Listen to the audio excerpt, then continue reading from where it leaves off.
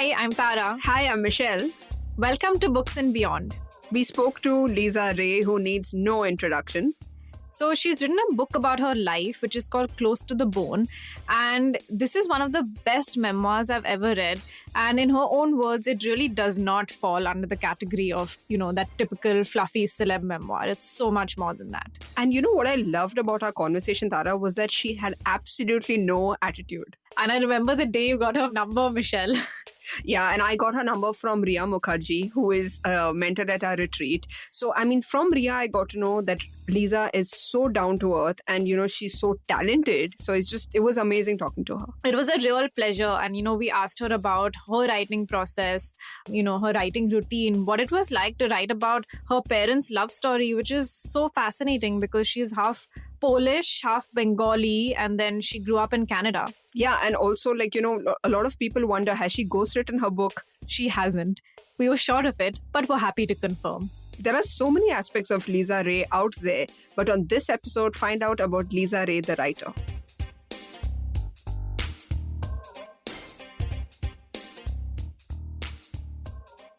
Today, we are very, very excited to have with us Lisa Ray. She needs no introduction. No, I think I need an introduction, actually. Well, she was a supermodel. She is now an author. She's an actor. Can I rewrite that a little bit? Of course. Go ahead. I'm a questing soul. Definitely a writer. I think, if you had to ask me, what's your bio, what's your CV, which already I'm very reluctant to share because I do feel that it always kind of restricts us and labels us. Right. But I would say writer first and foremost. That's because amazing. I've been writing my whole damn life. And it just so happens that some other stuff got in the way. And I've been identified with that. But, now is finally my time to break through. And book lover, of course, bibliophile. That's what we were kind of wondering, Exactly. Because, you mentioned in the book how much you love writing. So we were wondering if not acting and modeling, would you have been a writer? Yes, I am a writer. You are, right? Would you have started? Yeah, I think I've been very candid about that in the book, and I've been candid about a lot of things in Close to the Bone. But one of the primary things was how my career in front of the camera is really an accident. And that's not even metaphorical. It's literally happened on the basis of an accident. And that I was, for most of my youth, was trying to figure out a profession in which I would have the least possible contact with human beings. And I came up with writer. As book lovers, we relate. Aside from the fact that I love books as well, and words and stuff like that. Right. So, no, absolutely.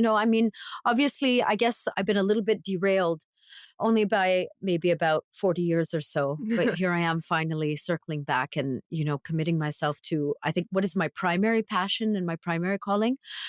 But also, having said that, it's interesting to reflect that, are you a writer only if you're published? Or can you be considered a writer if you simply write throughout your life, right? And that's what I've been doing throughout my life. And yes, you've been writing journals and we just loved how you always loved words, So then you mentioned that you're an introvert. So how did you find the courage to reveal it all, Lisa? I think you can be an introvert and you can at the same time be on the side of truth-telling or be extremely candid or be on the side of, wanting to seize my own narrative. And for me, Close to the Bone represents a few things. For me, I don't even necessarily see it as a memoir. Obviously, we have to define books and genres and things like that. So yeah, sure, it's a memoir. But I see it, first of all, as a writing debut. And that was something that I seized, that opportunity. I said, okay, well, this is great. I would have loved to begin with a novel, but to be perfectly honest, this is the opportunity that presented itself. Yes. And, the way that the world works today, obviously, a lot of people would have been even more skeptical about me writing a novel. Now, I think I can segue after Close to the Bone into probably writing fiction a bit smoother than perhaps to start out with. So I saw this as a platform to launch myself as a writer. But secondly, also, and perhaps as significantly, to seize my narrative and to be able to tell my story. And that's really significant as a woman. I think as someone who's been labeled throughout my entire life, I mean, look, we're living through an era now where fortunately it is for anybody today a lot easier to seize your narrative, right? To take control of your narrative with social media. That's what I'm referring to. When I started in 1991, social media was not even, Yeah. a thought in Yeah. anyone's Right. head, Exactly. It was so far out of the realm of possibility. And so what I struggled with, and I've been, again, very candid about it in my book, is not just identity issues, which comes from me being of a mixed racial background, born in Canada with a Bengali father, Polish mother, and then And we ending love up the in fact that your India. eyes are actually, I that you got your know. eyes from Yeah. your father. From my father's side of the family. Right. I know 4 out of 8 of them have light eyes, That's in amazing. this big Yeah. sprawling Bengali family. Yeah. So, but I was sort of the victim of labeling, I think, as a lot of young women are in many different industries. But I am obviously particularly referring to the entertainment industry. I think that it's an industry that is really infamous for stereotyping and typecasting, in particular women, and in particular the era when I started in the 90s, where I think I referred to there were only basically 2 stereotypes that a woman could fall into. Either you were the virginal heroine or you were the vamp. That was it. Imagine Yeah. that. There were no other Yeah. shades Such a that were brutal world. permitted. Yeah. That were permitted. It was a very black and white world. And even though I started out in advertising, which was a lot more liberal, I started out with this tag of being a sex symbol, which is also fine. There's nothing wrong with that, but it never tells your whole story. Yeah. And with the book, you actually could do that. Like you told your own story. So Yeah. that's great. But what's next, Lisa? Like, are you working on something like a fiction project? Well, I'm really gratified and very proud to share that I've signed on to write 3 more books. Oh, that's Wow. amazing. With- Congratulations. Yeah, with my publisher HarperCollins. So these are novels. Not all of them. There will definitely be one fiction in the mix, but I can't really. Obviously, it's too premature to talk about all of that. It's also the worst thing that you can ask a writer, or for that matter, an actor. So what's next? So what's next? It's honestly the one question that I think that you dread the most as a creative Right. person, because sometimes we just don't know what next, or it's just sort of you need time to marinate. But yeah, I'm very happy to be able to share that, because obviously this is significant. It obviously is setting, a new trajectory for my professional creative life. And I'm also, though, very happy to share that Close to the Bone has been picked up by Penguin North America. So, I mean, I really like what you said about how, women were stereotyped. And then, sort of, with this book, you're calling yourself a writer and you're taking back some of those labels and reclaiming it for yourself. I found that very empowering. So, I was very curious to know, because the book is so dense and you've covered so many things in it. Yeah, What was the actually. writing process like? How long did it take you? How many drafts did you do? Now we get into the nitty gritty. That's good. So there's an interesting and unusual trajectory behind this book. And I'll try to it's a little bit of a long story, but I'll try to make it a little bit brief. So initially, Close to the Bone, before it was known as Close to the Bone, was commissioned by a publisher out of Canada.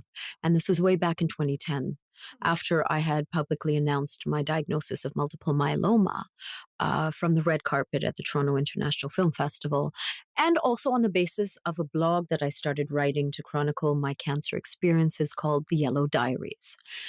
Now, that was really significant and a bit of a breakthrough moment for me because, as I said, I've always been a writer, but I never really put it out there.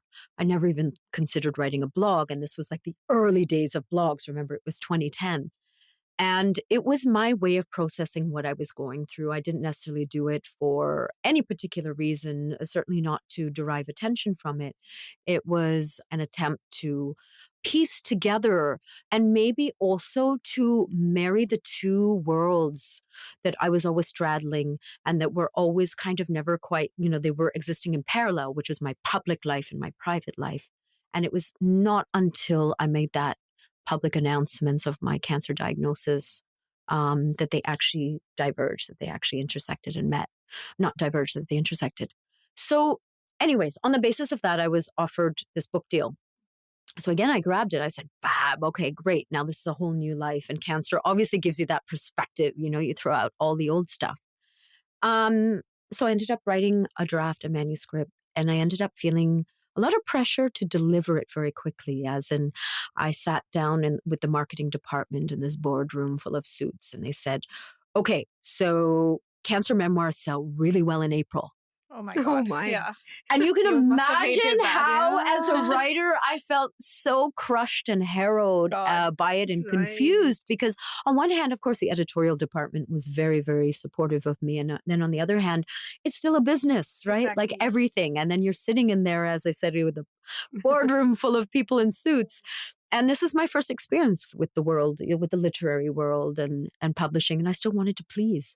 So I ended up giving them a manuscript. And then I realized that it was not the book. I literally had that small, quiet voice in the back of my head that I've written about also in Close to the Bone, that whenever I listen to always guides me right, say, this is not the book, take it back. So I ended up withdrawing the manuscript. Yeah, and we found that amazing actually that you withdrew it and like you had a bigger vision for the book. I did, and I realized that there was no reason to do it unless I could do it well and properly according to, and aligned with who I am and what I wanted to achieve. So I sat on it for years and years and years. And first, initially, they were very patient with me. They thought I was just being eccentric. And then obviously they lost patience. And in the end, a lot of things also happened in the end, between delivering my manuscript or withdrawing my manuscript and actually where the book is today. I relapsed. I got married. Right. I, moved countries, ended up moving to Hong Kong, et cetera, et cetera. So by the time I really sort of pulled focus again on the book, I was close to India. I ended up finding a lit agent in India who really understood my vision and was very, That's so very important. supportive, Yeah. which is really essential. This is something that I don't know if other writers have ever spoken about this. And it might be different on, from person to person, but I felt that was one of the most elementary things that has helped me.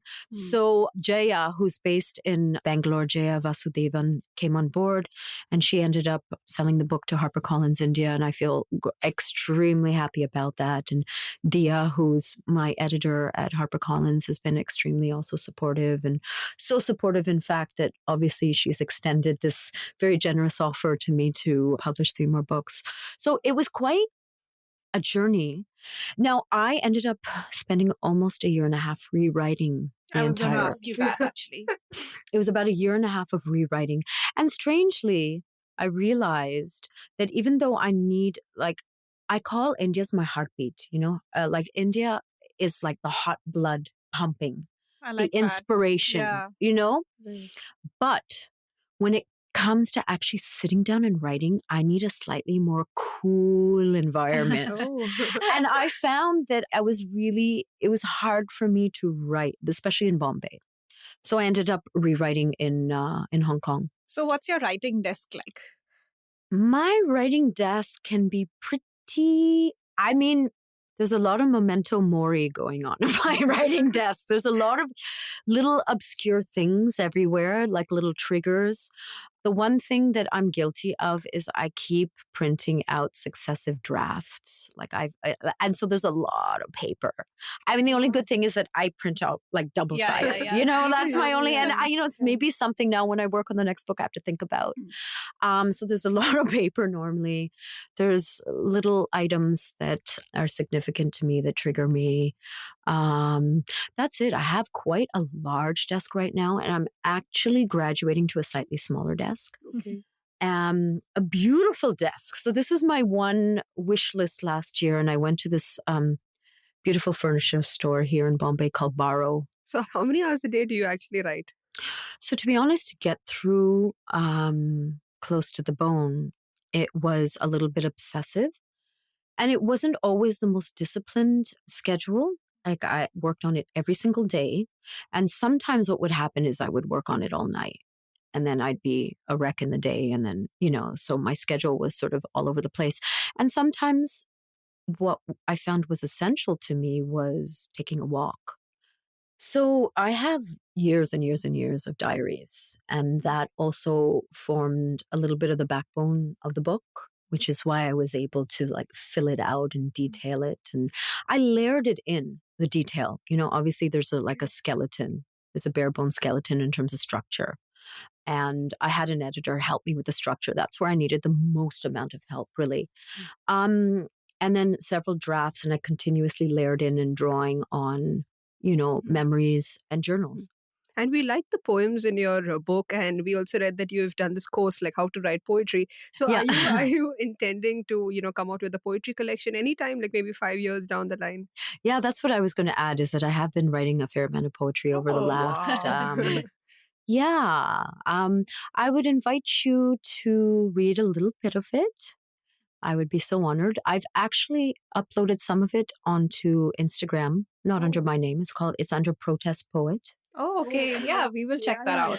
You know what? I wanted to add, Yeah. something that would terrify me and maybe that I would like to work on, but I'm still not sure, the introvert in me kind of shrinks away, is spoken word. Oh. Spoken word is really interesting. Obviously, it's a new way of expressing, but there's still one part of me that the reason why I love writing is because it's solitary.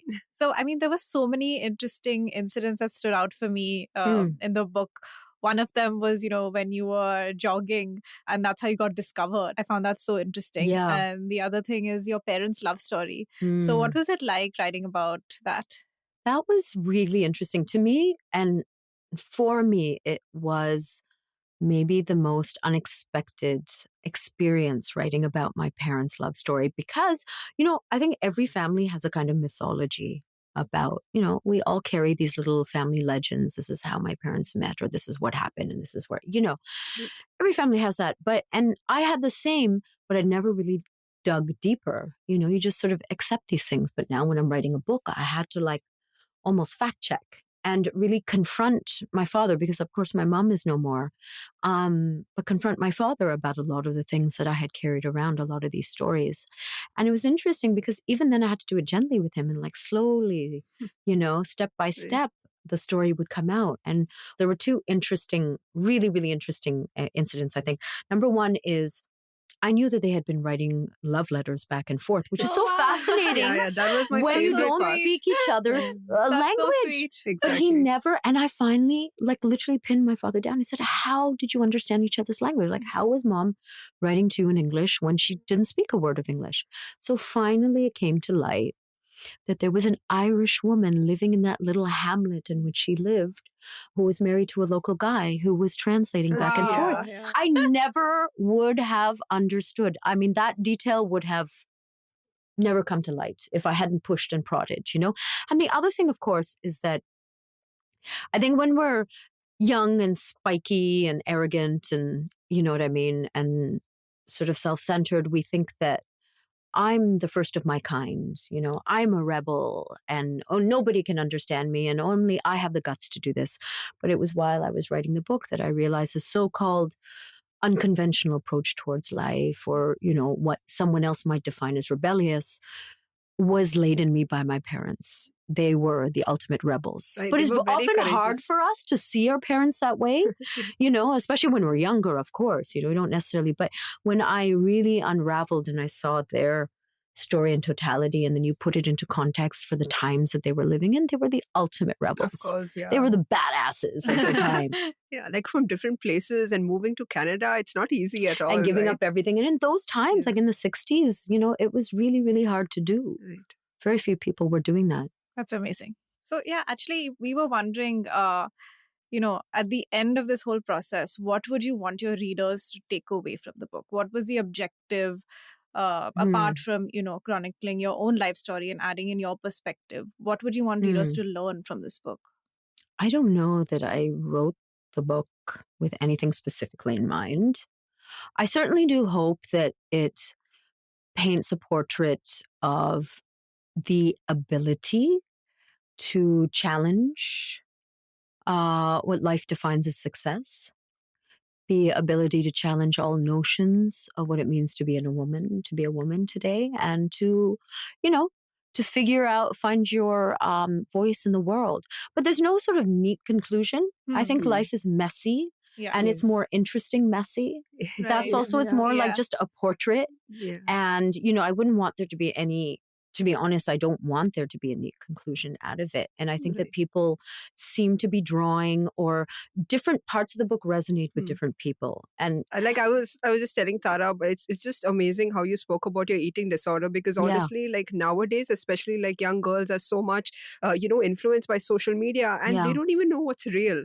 So we just And loved as how you women were honest. ourselves, I mean, there's so much pressure to look a certain way or of course. Exactly. conform. Yeah. And it was really important for me to highlight this kind of palace of illusions that I was living in Mm. during the height of my fame, where, in a sense, society was rewarding me for very unhealthy habits Yeah. and behavior, right?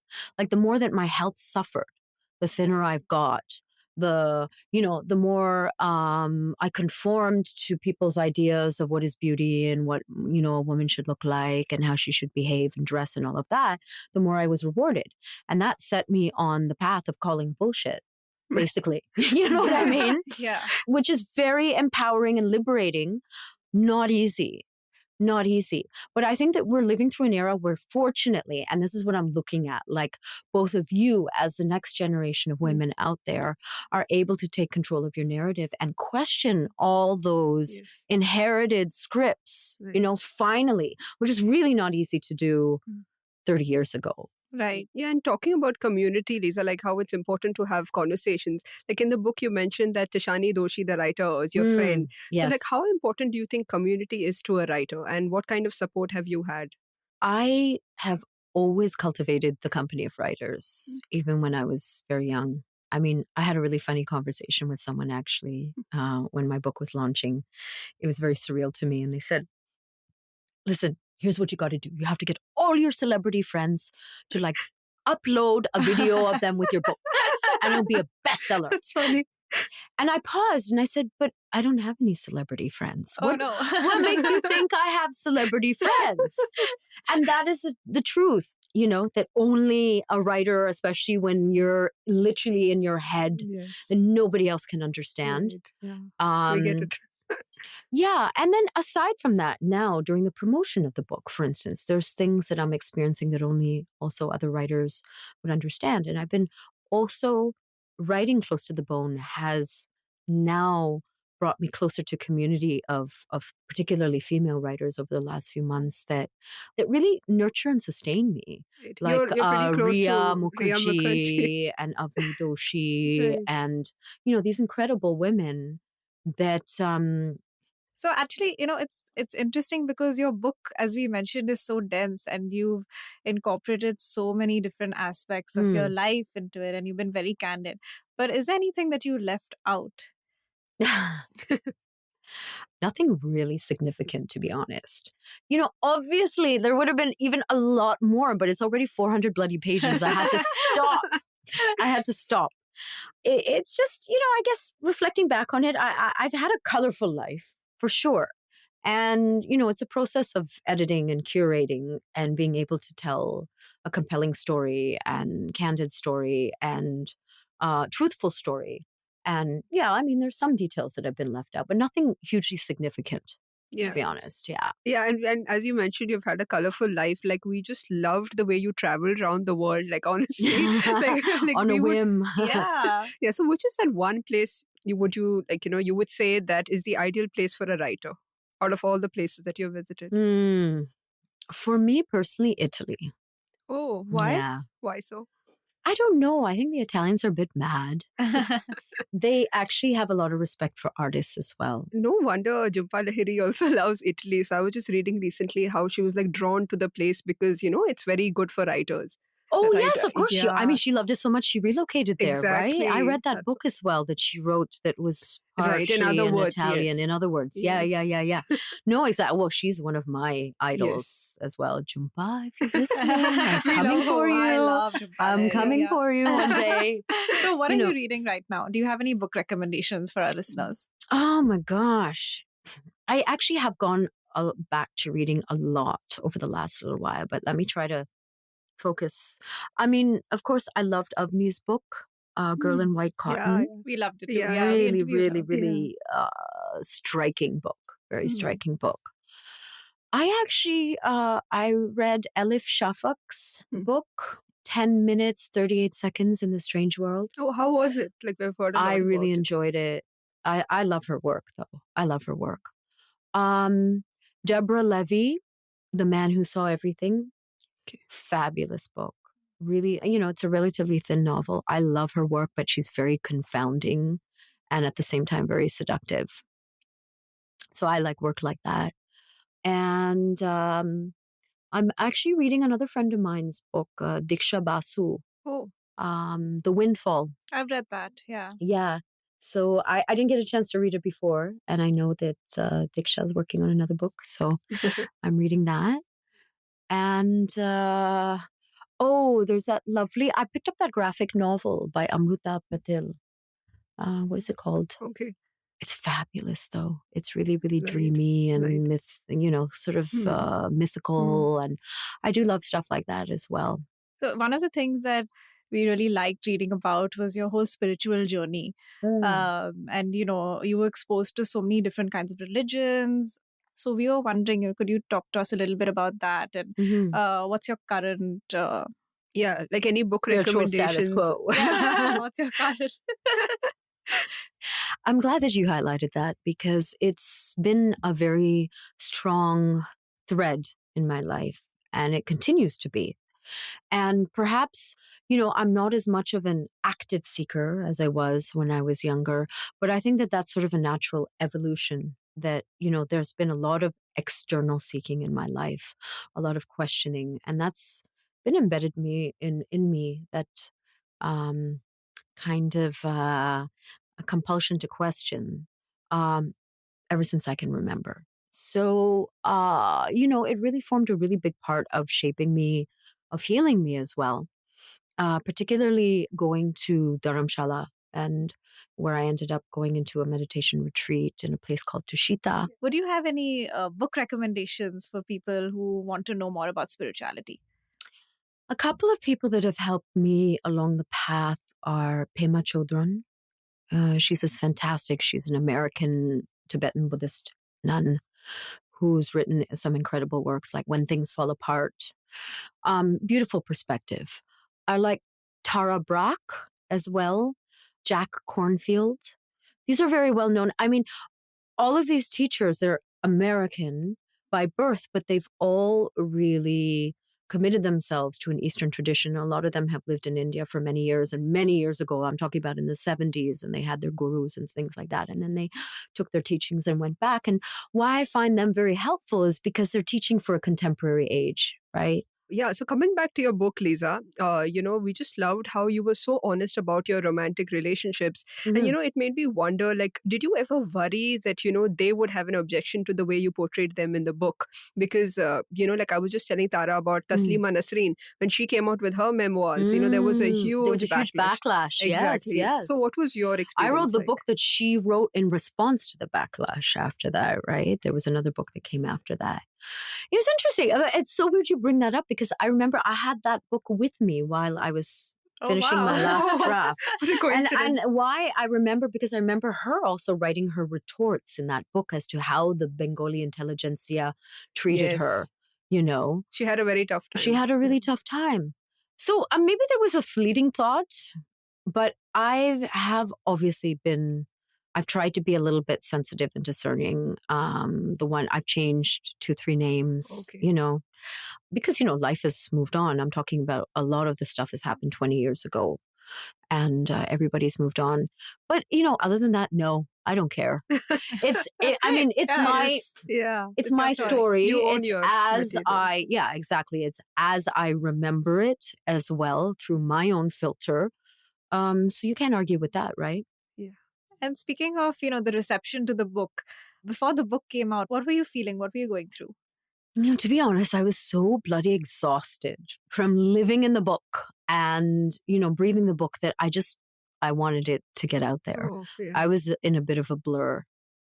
There isn't a template yet for my book in India, I would be so bold to say, because you have celebrity memoirs And I would also, again, be so bold to say that it's not really a celebrity memoir. If you're buying Close to the Bone, believing that it's just a celebrity memoir, you're going to be disappointed.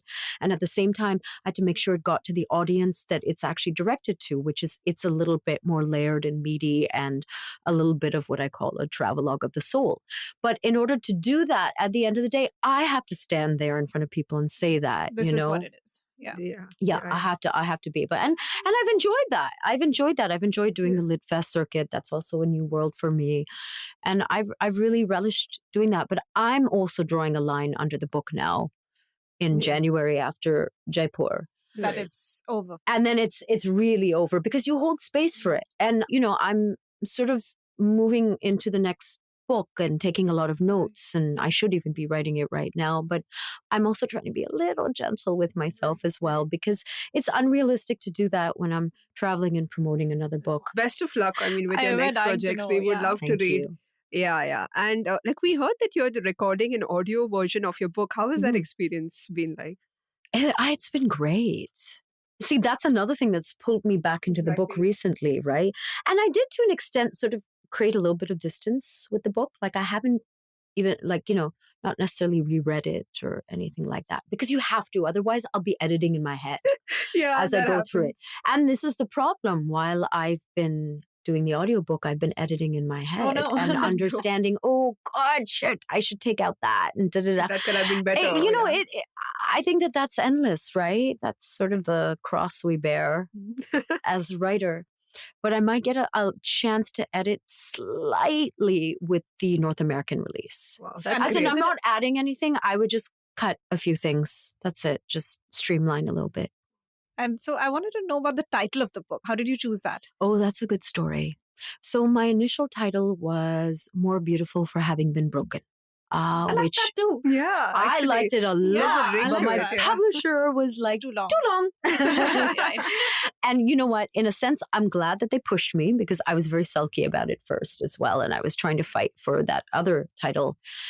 So, when it's pulled away from you and you have no other choice, and I did not want anyone else to come up with the title, I was actually writing, believe it or not, a press note for the book, because I said, again, it had to be so carefully crafted. Also, the messaging around the book, not everyone will understand that, but it was important to me. And the people who do understand that, it landed with them. So anyway, I was crafting actually a note about the book. And while I was writing it, I came out with this phrase, this is sort of something about emotions lived close to the bone.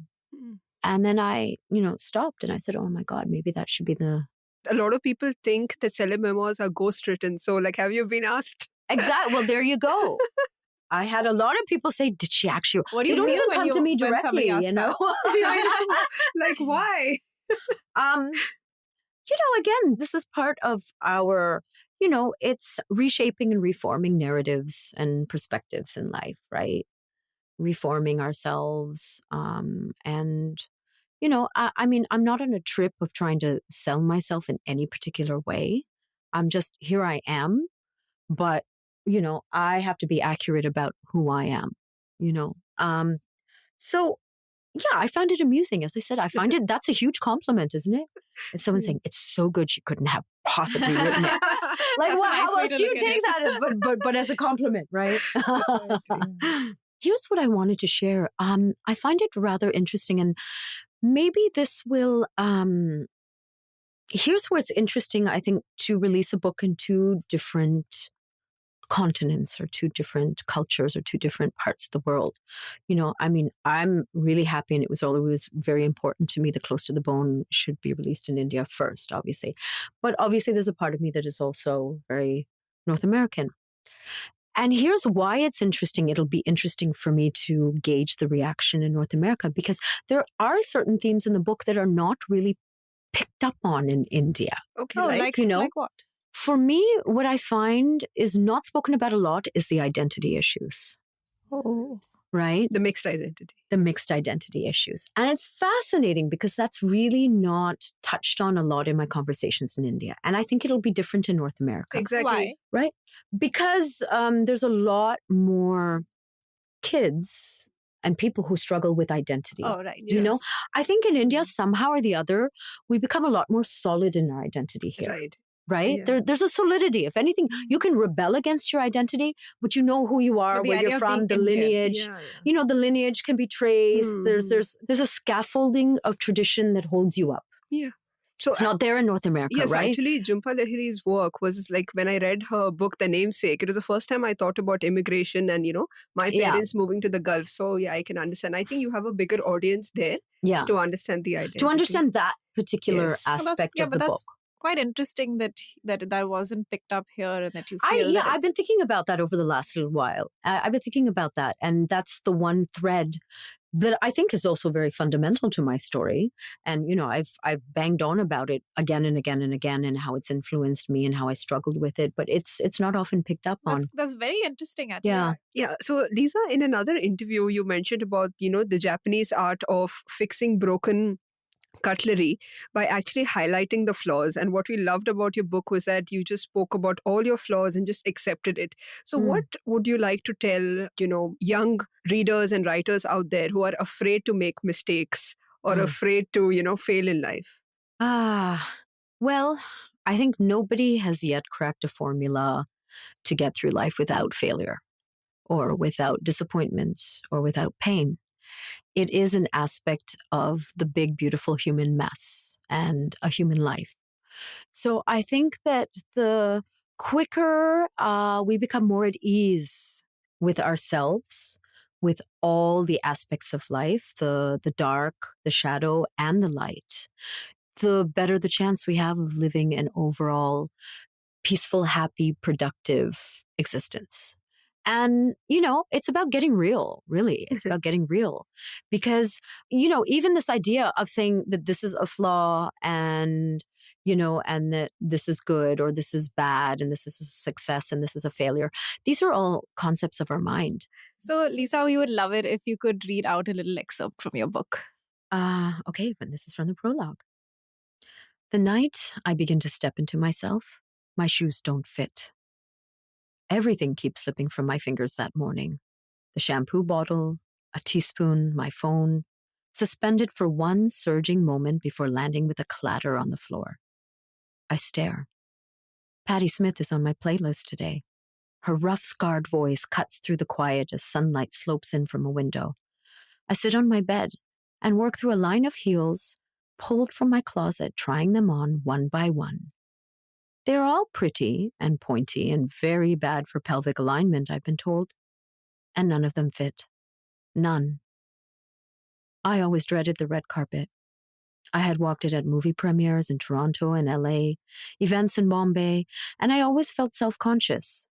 You have to think about how to tilt your head and how to suck in your non-existent gut while photographers click away.